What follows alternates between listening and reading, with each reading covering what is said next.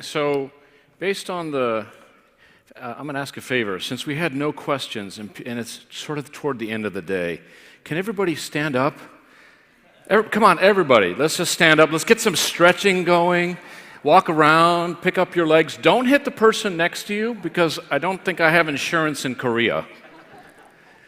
Let's stretch it out. I know it's tough, long day, sitting down.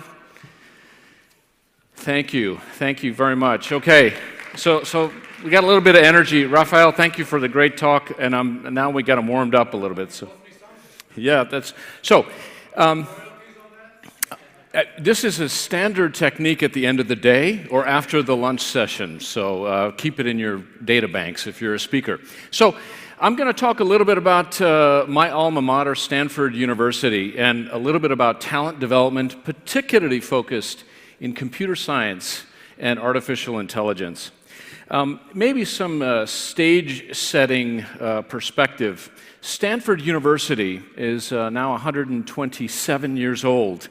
And in 1954, Stanford University, through its provost, Frederick Terman, started to engage with education, extending that education to industry. So literally for the half-life of Stanford University, we've been thinking about how to connect the education offering at Stanford to qualified students in industry.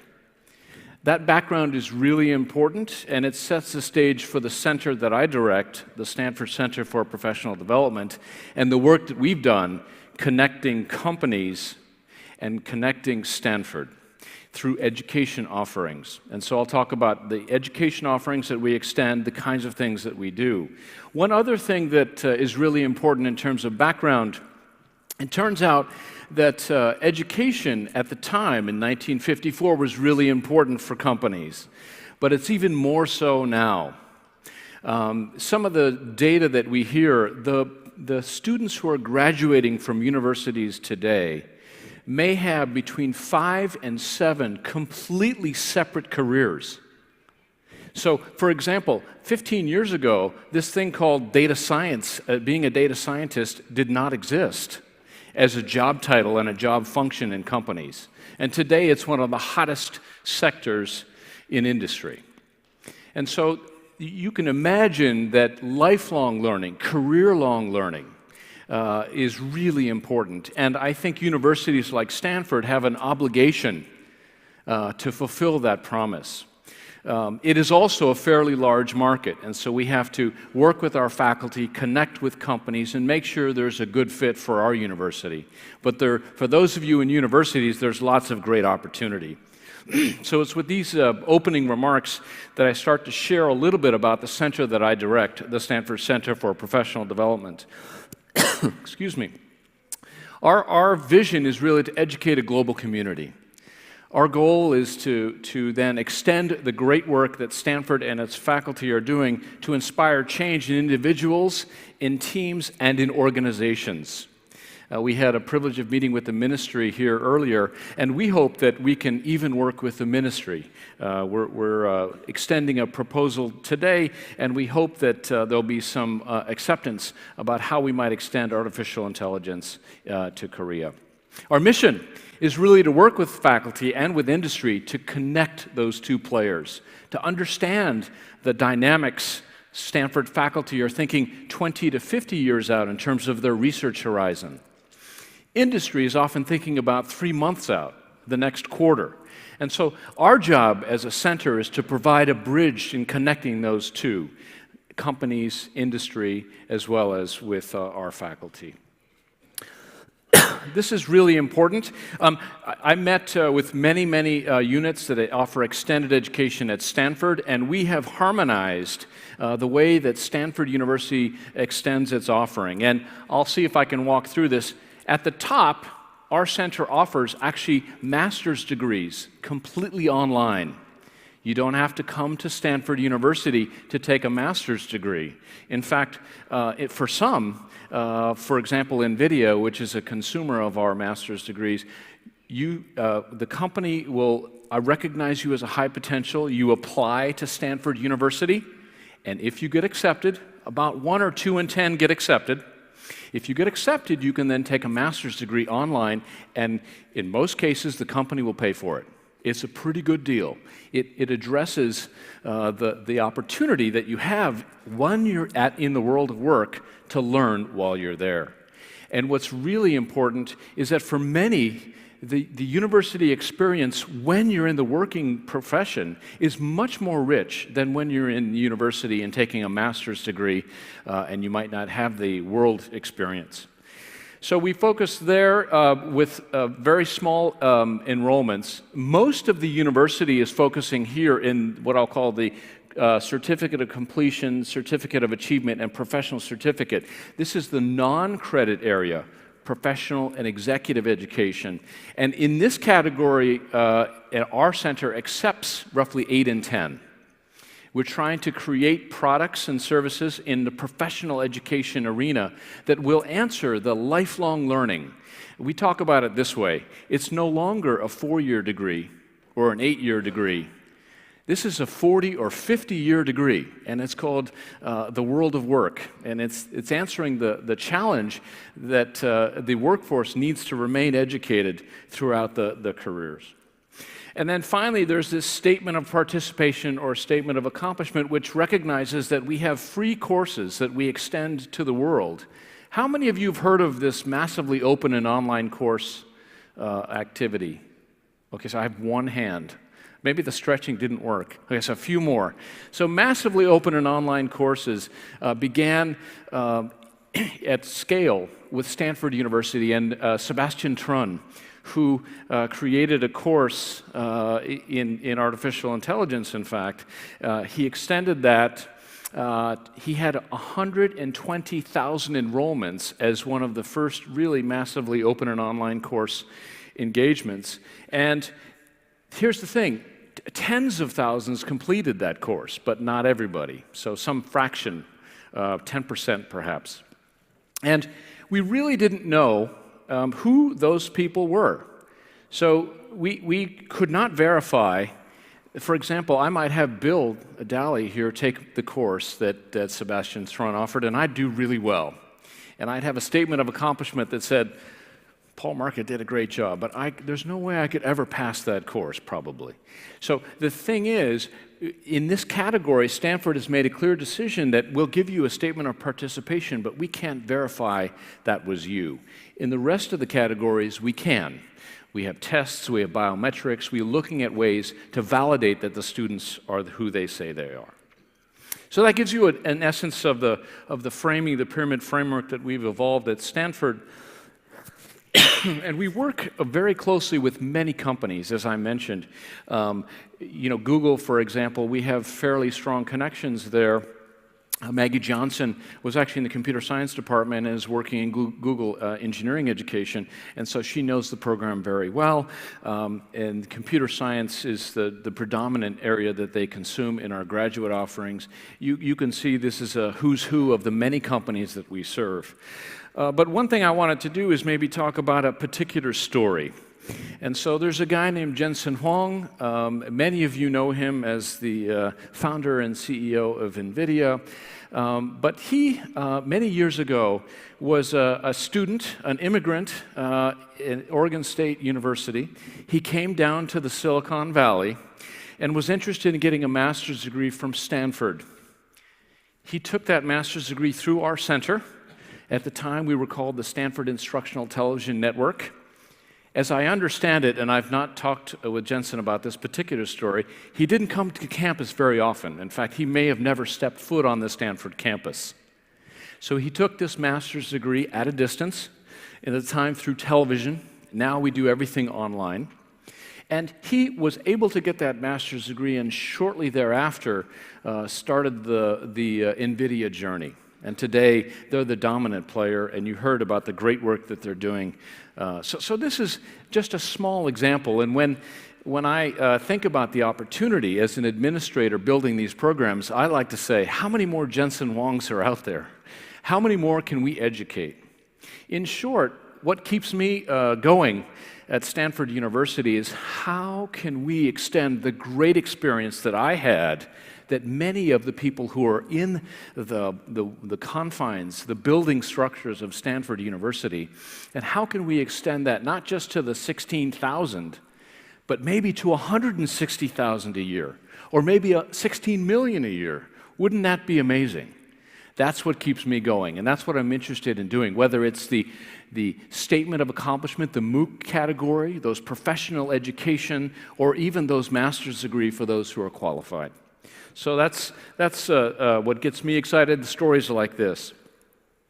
I'm going to drill down a little bit more into how we do this. I know there are many universities here, and they may be interested in learning more about the kinds of ways that we deliver programs. I'll start first with our graduate programs. Our focus really is to take what's happening at Stanford and make it easy for the faculty members to extend that content. We create a cohort-based model.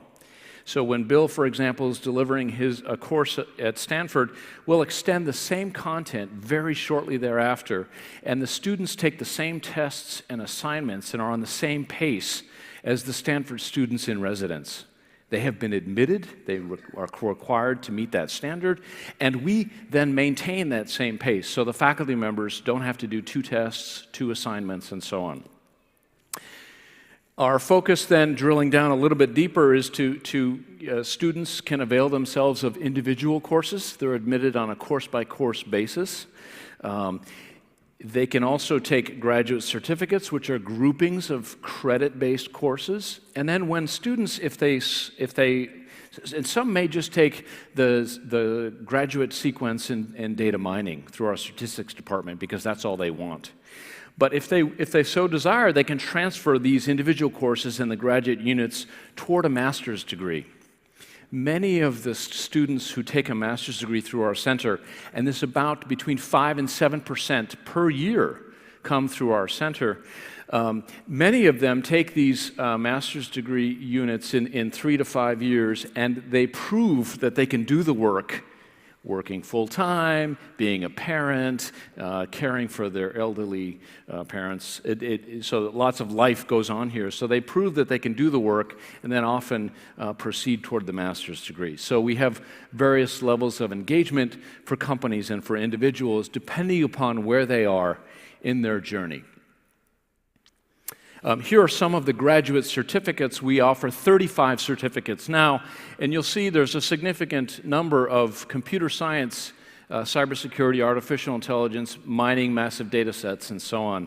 And we have also electrical engineering and management science and engineering.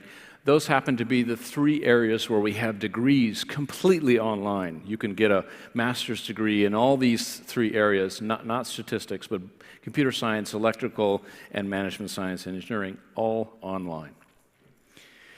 I'm going to spotlight artificial intelligence and maybe describe the problem and potentially a solution, and I may need your help, and I'll talk more about that in a moment. So, our artificial intelligence sequence, this is a graduate certificate. It's our most popular certificate, as you might imagine. The challenge is that we have we have 2 core, and then you take 2 elective courses. But in this Computer Science CS229 machine learning course, this is taught by a guy named Andrew Ng. Many of you might have heard of Andrew Ng. He's offered a course on Coursera in artificial intelligence, actually machine learning. And his course is by far and away the most enrolled course that Coursera offers. And in fact, our course in the graduate sequence, Andrew has 100 seats for the campus students in residence. He has 150 seats for those coming through industry, through our center, qualified students who can take the work. And we have a wait list of 200 who would like to be taking that course. It also turns out that in computer science teaches 30% of the student population at Stanford with about 6% of the faculty staff, that is, professors. And so we have an incredibly impacted opportunity, challenge or opportunity. I like to think about it as the opportunity.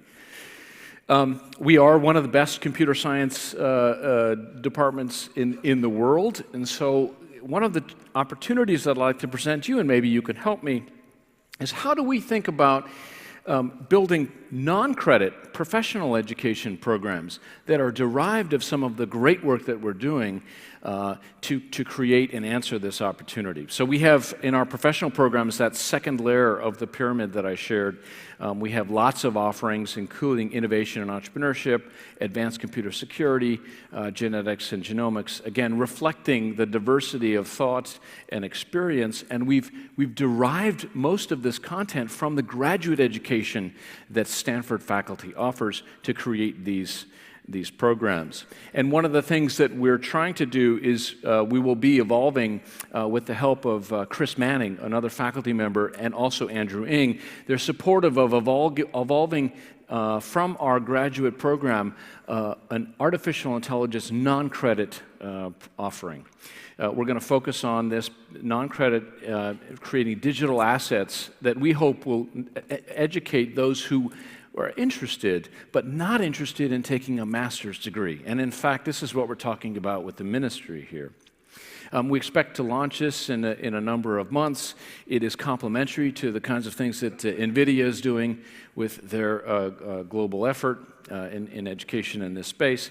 And we hope to have it available within 2019.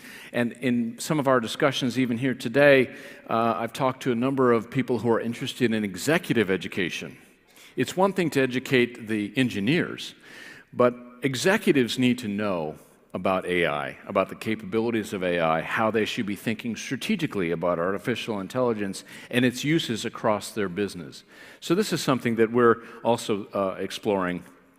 And my good friend Greg Renard, he and I are chatting about how we might be able to take advantage and run a pilot here. I will also mention, this is what our non-credit certificates look like. These are some of our most popular. The Advanced Computer Security Non-Professional Certificate was devised by a graduate student who's now in industry, Neil Daswani. Hector Garcia Molina was the Stanford computer science chair who supported this effort. And very quickly we engaged John Mitchell and Dan Bonet, two faculty members who are key in this advanced computer security space. And you can see what we try to do. It's not a graduate program. It's a lighter weight offering. We're not rejecting 8 and 10. We're accepting 8 and 10 with the hope that we can provide education for people who will need it. And perhaps then, for those most qualified, they will be inspired to move on for more education, to get a master's degree. So this is what we're trying to do in these offerings. Excuse me. Our most popular offering to date is the Innovation and Entrepreneurship program. It is Management Science and Engineering and the Graduate School of Business for the very first time combined to create this certificate offering. We have 14 courses in the offering. You have to take 8 in order to get the professional certificate from Stanford. And again, our goal, this is only online. Our goal is to try to create scale with our faculty and to get the content to many more people than the 16,000 that have the privilege of sitting on the Stanford campus. That's our goal. And then finally, here's some of the things that students are saying.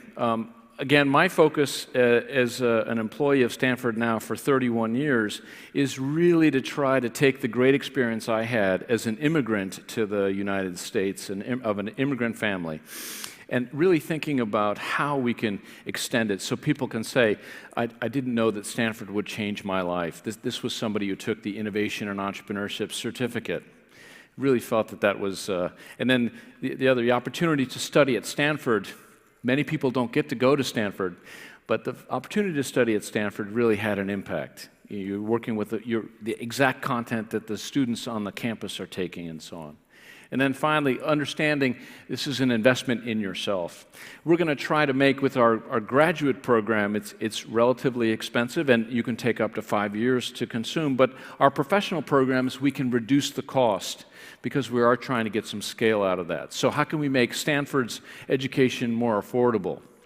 And the final point that I would make is, I think as a Stanford graduate, and given the fact that I'm going to have a 40 or 50-year career, Stanford has almost an obligation to me as an alum to provide education, not just now, but for my entire career. It's almost like an insurance policy. And I think that's maybe the shift that I'm trying to encourage Stanford and other universities to think about, especially now that it is so easy to capture content, produce high-quality content, and extend it. I have another talk that I give around education in an era of disruption.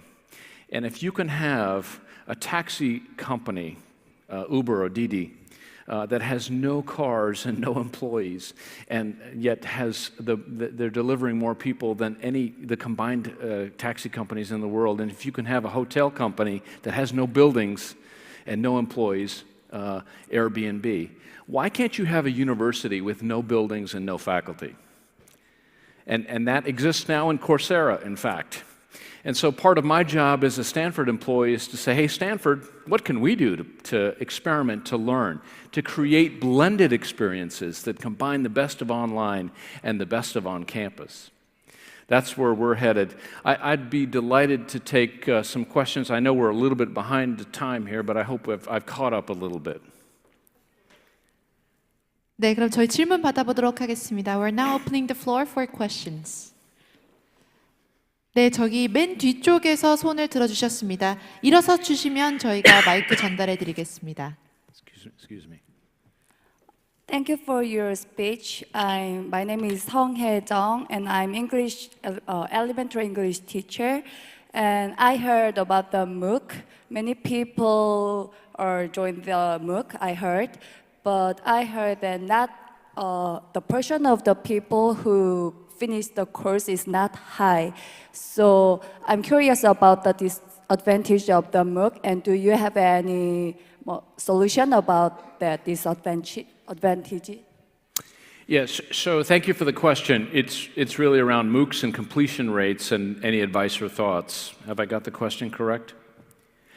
Great, so a couple things. The completion rates for Stanford University MOOCs, it's no surprise to me that only 10% complete. It turns out that these courses are advanced. They're taught by faculty who are generally deriving the content from their graduate courses. And so many who would aspire to take Stanford courses are not maybe qualified to complete the work, and they drop out. That's obvious. In our graduate programs, though, we see when we admit students to a course, we often see completion rates much lower. So initially, let's just say in Andrew Ng's course, we have 150. We'll get 10% drop rate, so we'll lose 15 in that course, but almost 95% complete that graduate course. Why is that? Well, first, they're paying $5,000 plus or minus. $5,000. They will have to pay initially, the student pays, and then the company might reimburse. That's how generally it works. So they have what we call in the US skin in the game. They have money on the table. They have to complete that course. In our professional courses, we see about 80% completion rates. They're reduced cost, somewhere in the order of $1,000 online or maybe $3,000 in person. And again, there's skin in the game, and there's an opportunity to get a credential to improve the resume. So what we're also have had conversations, and we partner with Coursera, who are offering a lot of MOOCs, but they're no longer, they're charging money now for the most part for certificates and completions and so on. And so I think part of it is creating the right sequence of offerings, making sure that people are thoughtful about what credential they're getting, and then making sure that path leads to something that I might be able to put on my resume, and then creating at least motivation, at most skin in the game, a finance mechanism to ensure that people complete. And then you can use actually artificial intelligence to talk about the completion rates and help trigger reminders for people to complete their sequence. Thank you. 네, 투자한 돈이 있고 또 이력서를 향상하고 싶다라는 이러한 완벽한 골 세팅이 있다라면 조금 더 컴플리션 레이트가 올라가지 않을까라는 이야기를 해주셨습니다. 또 질문 받아보도록 하겠습니다. 네, 저희 여기 앞에 두 번째 줄에서 손을 들어주셨는데요. 일어서 주시면 저희 마이크 전달해 드리겠습니다. 네, 대학이 굉장히 그 교육 프로그램으로 네, 다변화되고 있는 잠시만요. 저희 리시버 착용하고 질문 받도록 하겠습니다. 스탠포드가 굉장히 다양하게 교육 프로그램을 다변화해 가고 있는 것 같은데요. 제가 그 토마스 그레이의 그 마이크로 칼리지라는 컨셉을 들었습니다. 지금 변해가는 과정이 마이크로 칼리지와 어떤 포지셔닝이 되고 있는지 설명 가능할까요?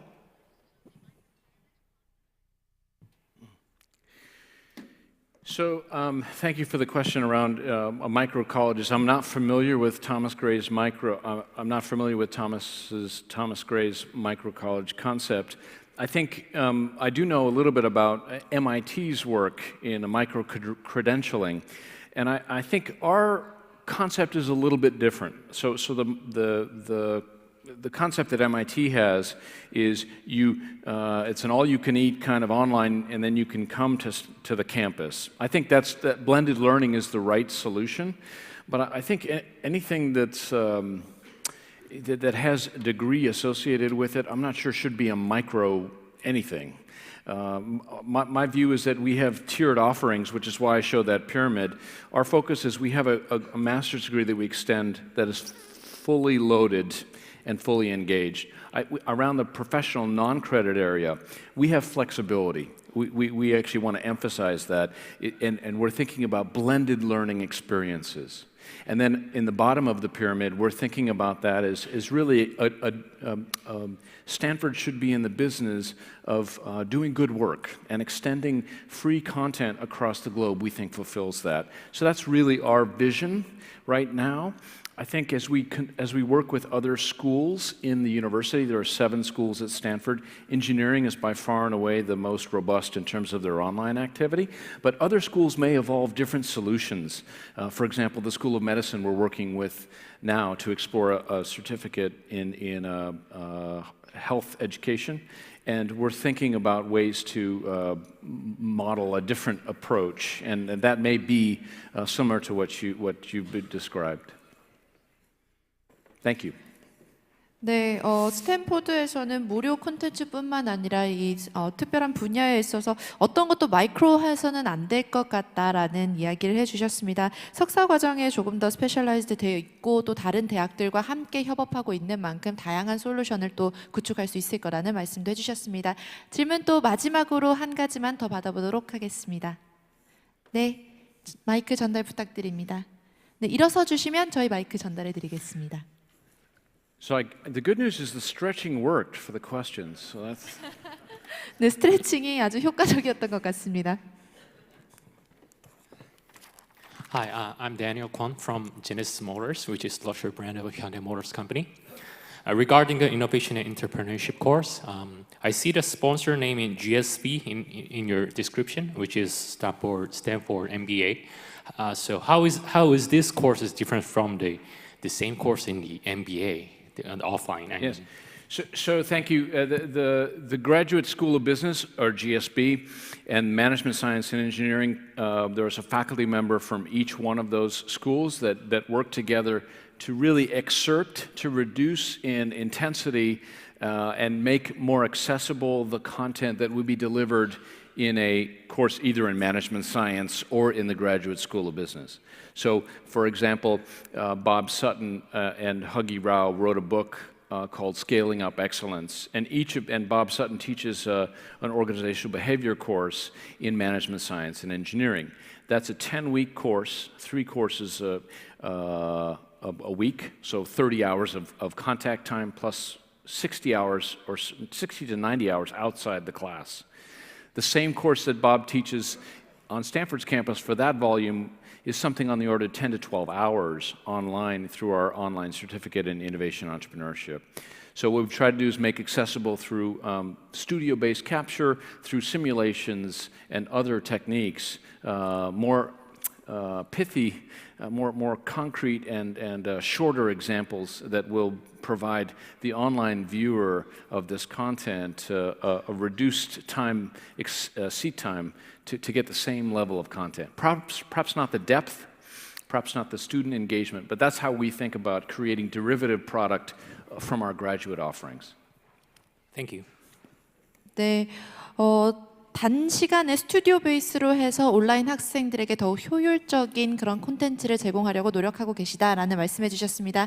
네, 그럼 이것으로 저희 스탠포드 대학교의 폴 파르카 교수님의 말씀을 모두 마치도록 하겠습니다. Well, this formally concludes all the presentations. Thank you very much, Professor Paul Marca. 네, 큰 박수 부탁드립니다.